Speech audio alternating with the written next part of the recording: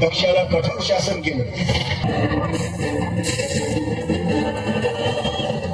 आपल्या तिसऱ्या नेत्राने कामदेवास भस्म केले. पार्वती, हे शिवलिंग गुप्त कसं झालं?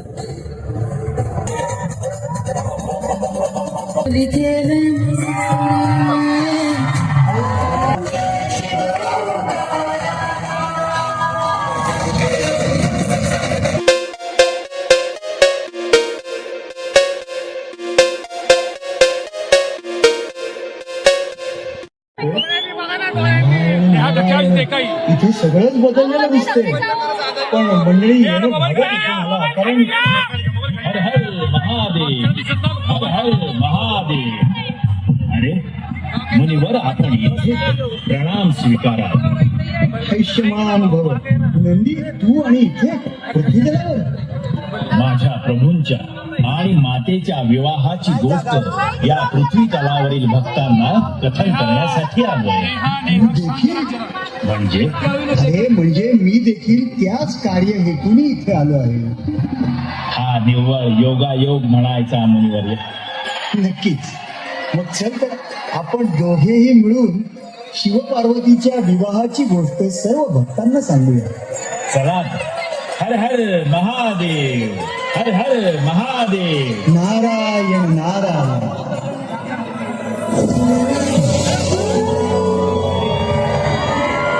ब्रह्मांड ही जीवसृष्टी जेव्हा अस्तित्वात नव्हती ना, तेव्हा होतं फक्त ब्रह्मांड. अनेक आकाश गंगांनी समृद्ध असं हे ब्रह्मांड.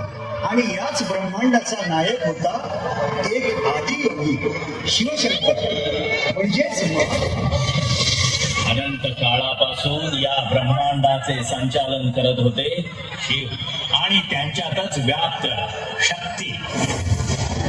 पुढे श्री विष्णू प्रकटले आणि त्यांच्यातून उत्पत्ती झाली ब्रह्मदेवांची. ब्रह्मदेवाने सृष्टी निर्मिली, विष्णूने तिचे पालकत्व घेतलं आणि शिवाने विनाश. पण एकदा शिवाची शक्ती शिवाला सोडून गेली आणि धीर गंभीर झालेल्या माझ्या प्रभूंचं आधार झालं त्यांचं तांडव नृत्य.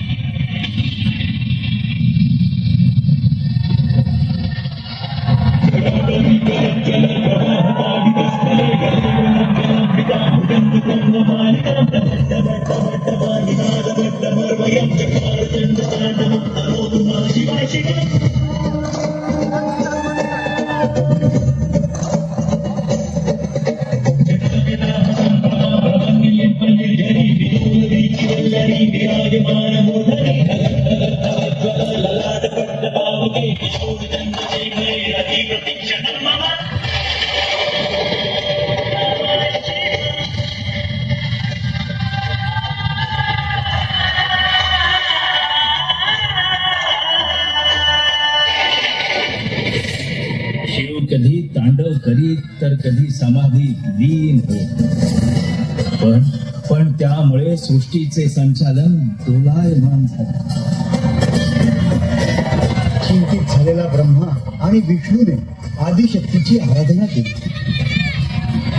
आदिशक्तीनं त्यांचं म्हणणं मान्य केलं आणि प्रजापती दक्षाच्या इच्छेनुसार त्याच्या पोटी अवतार घेतला सतीचा. सती मातेच्या आयुष्याचा एकच ध्यास महादेवांशी लग्न. परंतु तिचा पिता दक्ष महादेवांना न मानला. नारायण नारायण. पण सतीने हट्टाने शिवाशी विवाह केला बरं का. कैलासावर त्यांचा संसार देखील सुरू झाला. पण महादेवांना ठाऊक होतं हा संसार न टिकणारा आहे. प्रजापती दक्षाने पदोपदी शिवाचा अपमान केला. सतीमध्ये आदिशक्ती जागृत झाली आणि तिने होमकुंडात स्वतःची आहुती दिली. क्रुद्ध झालेल्या शिवाने दक्षाला कठोर शासन केलं, परंतु शांत झाल्यावर त्याला पुन्हा जीवनदानही दिलं. शिव पुन्हा समाधीस्थ झाले आणि आदिशक्तीने पुन्हा जन्म घेतला.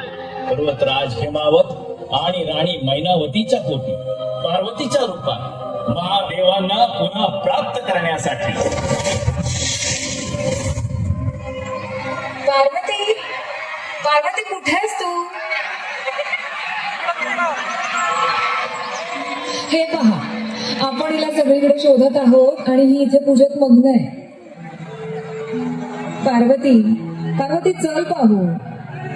अगं, विंध्याचलच्या राजकुमाराबरोबर तुझा विवाह ठरवला जाणार आहे. मी केव्हाच महादेवांना मनाने वरले आहे. पण पार्वती, तू महादेवांना पाहिलं देखील नाही, ते तुला ओळखत नाही, मग तू त्यांना कशी प्राप्त करणार? मी केवळ महादेवांवर प्रेम केलं आहे. मी त्यांच्याशीच विवाह करेन, हा माझा दृढ निश्चय आहे. मी हेही जाणते की त्यांना प्राप्त करणे सोपे नाही. मी कठोर तप करेन, त्यांना मिळवण्यासाठी कठोर परिश्रम करेन. ते माझ्याकडे येत नाहीत म्हणून काय झालं? मी त्यांच्याकडे जाईन. तो मार्ग खडतर आहे, मला ठाऊक आहे, पण तो पार करून मला त्यांच्यापर्यंत पोहोचायचं आहे. आणि म्हणूनच ही शिवाची नित्य साधना.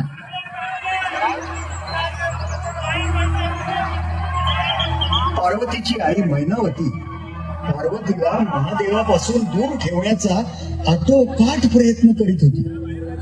पार्वती शिवाला पाहण्यासाठी, भेटण्यासाठी आतुर होती, व्याकुळ होती. ऋषी दधीची यांनी दिलेल्या बेलाच्या दिव्य पानामुळे पार्वती मातेचा महादेवांना भेटण्याचा मार्ग सुकर झाला आणि ती पोहोचली जिथे शिव समाधीत लीन होते. एकेका पावलावर पार्वतीला तिचा पुनर्जन्म आठवत होता.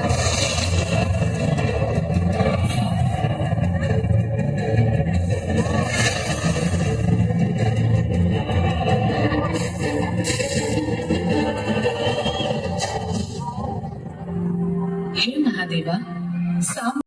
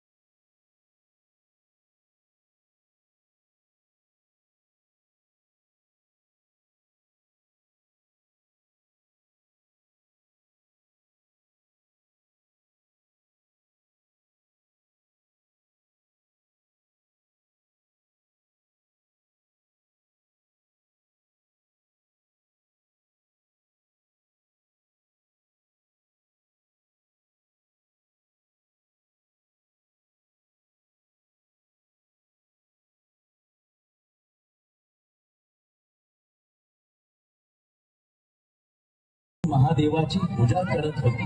पण महादेव समाधीमधून काही बाहेर येत नव्हते. नारायण नारायण. मग पार्वतीच्या साह्याला आला कामदेव. त्याने आपल्या मदन बाणाने शिवाची समाधी अवस्था भंग तर केली, पण शिवाने क्रुद्ध होऊन आपल्या तिसऱ्या नेत्राने कामदेवास भस्म केले. पार्वतीकडे न पाहताच महादेव तिथून निघून जाऊ लागताच विचलित झालेली पार्वती त्यांना साथ घालते.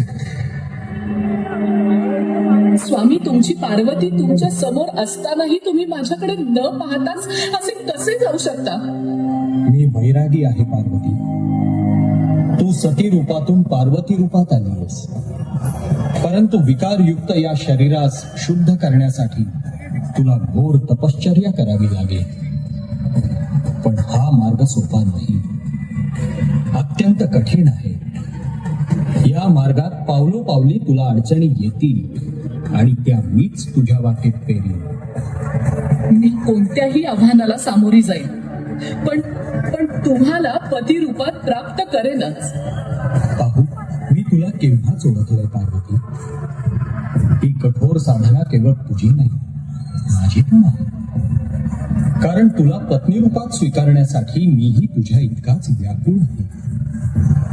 पण तुला या मनुष्य देहातून आदिशक्ती रूपात साधनेद्वारे येणं गरजेचं आहे आणि तोपर्यंत मला प्रतीक्षा करावी लागणार आहे.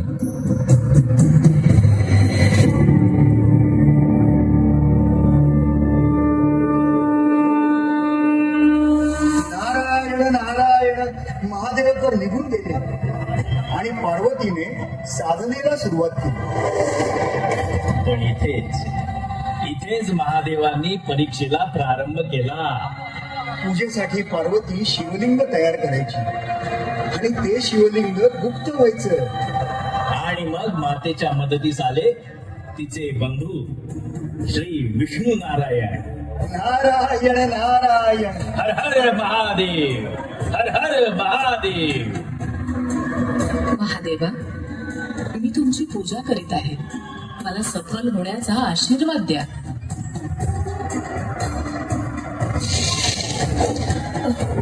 हे शिवलिंग गुप्त कसं झालं?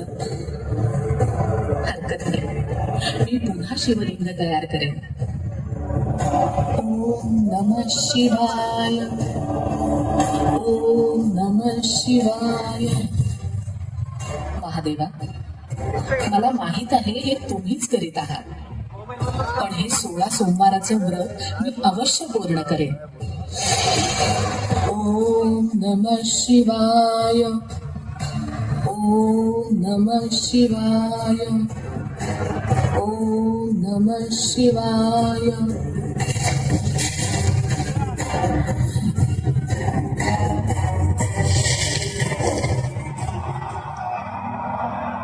ताई, थोडे पाणी मिळेल का?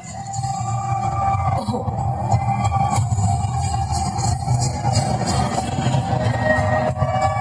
तू शिवलिंग तयार करीत आहेस ना पूजेसाठी? हो, पण ते पूर्ण होत नाही. एक सांगू, मला एक वरदान आहे की मी तयार केलेलं शिवलिंग भंग होत नाही, ते पूर्णच होतं. पण ही साधना माझी आहे, त्यात तुमची मदत मी कशी घेऊ? शिवलिंग तूच तयार करायचंयस ताई.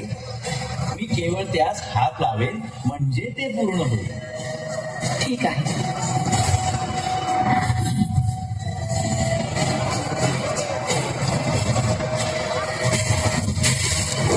हे पहा, झाले पूर्ण शिवलिंग. आता तू तुझी साधना निश्चिंत होऊन पूर्ण कर. आणि हो, एक सांगायचंच राहील, तुझ्या विवाहाचा मुहूर्त भाऊ म्हणून मीच करणार आहे. तुझी साधना पूर्ण हो. ऋषीवर, मी आपली अत्यंत आभारी आहे. पार्वती माता कठोर साधना करू लागली. साधनेच्या एक एक वळणावर ही मनुष्य देहाचे सारे विकार दूर करते. अग्नी, जल, वायू, आकाश, पृथ्वी या पंचतत्वांना अधीन करून घेतले. तिकडे पार्वतीच्या या नव्या आदिशक्ती रूपाला पत्नी रूपात प्राप्त करण्यासाठी महादेवही अधीर झाले आहे. नारायण नारायण. पार्वती मातेची साधना पूर्ण होते आणि तिथे शिवप्रभू प्रकट होतात.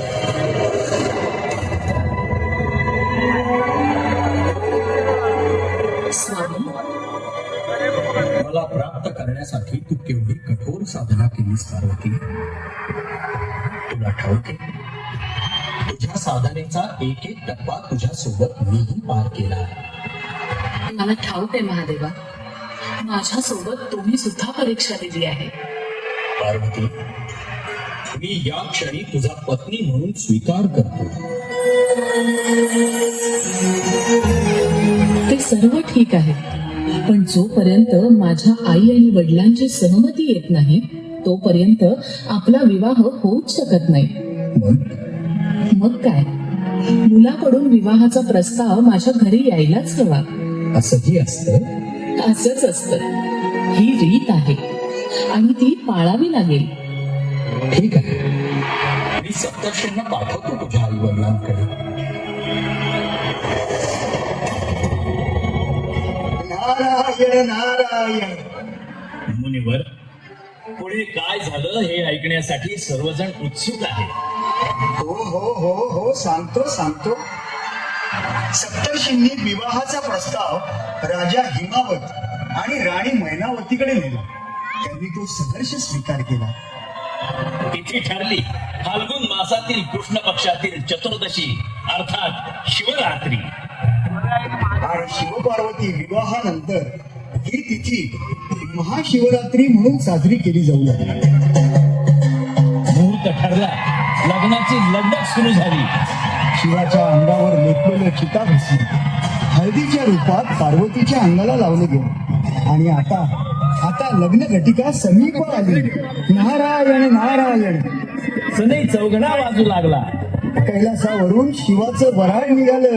भस्म विभूषित महादेव माझ्यावर विराजमान झाले. आणि कोण कोण आलं? श्री हनुमंत स्वतः सूर्यरूपी श्री रामाला घेऊन आले. देव, सर्प, गंधर्व, विद्याधर इत्यादी देवता जमा झाले. ऋषी, मानवराजे पृथ्वीवर जमा झाले. काळाच्या अधीन असलेले विविध गण म्हणजेच भूत, प्रेत, पिशाच हे कैलासावर जमा झाले आणि निघाली श्री महादेवाची वरात. हात जोडते बोली गवरचा, हात जोडते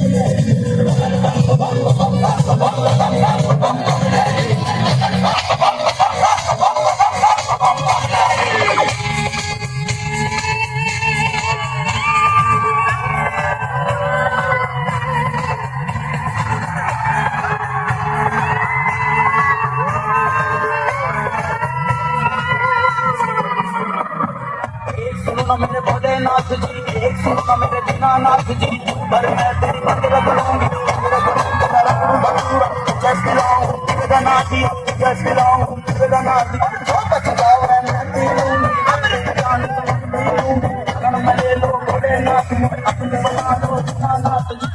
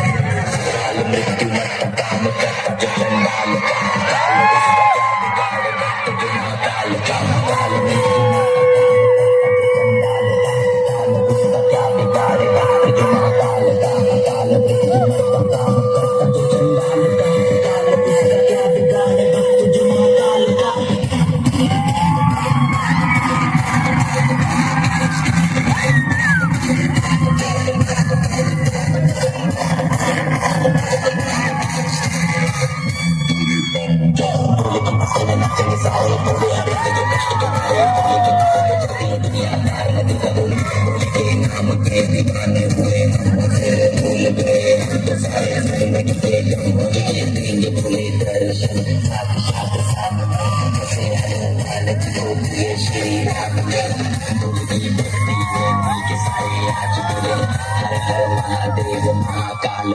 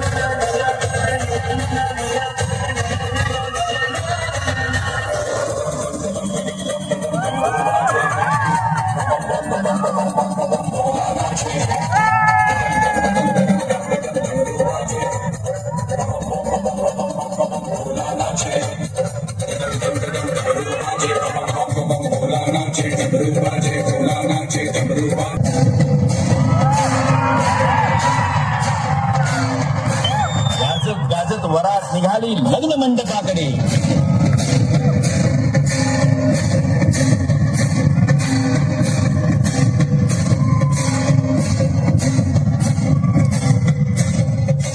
महादेवा, माझ्या आईला एक रूपवान वर हवा आहे माझ्यासाठी. पण पार्वती मी तर असाच राहतो इथे कैलासावर आणि सर्वत्र. आणि तू देखील याच रूपावर प्रेम केलंयस ना? मी तर तुमच्या प्रत्येक रूपावर प्रेम केलं, पण या प्रसंगी तुम्ही माझ्यासाठी आपला विवाह होईपर्यंत एका रूपवान वराचा वेश परिधान नाही करणार का? अवश्य पार्वती, जशी तुझी इच्छा.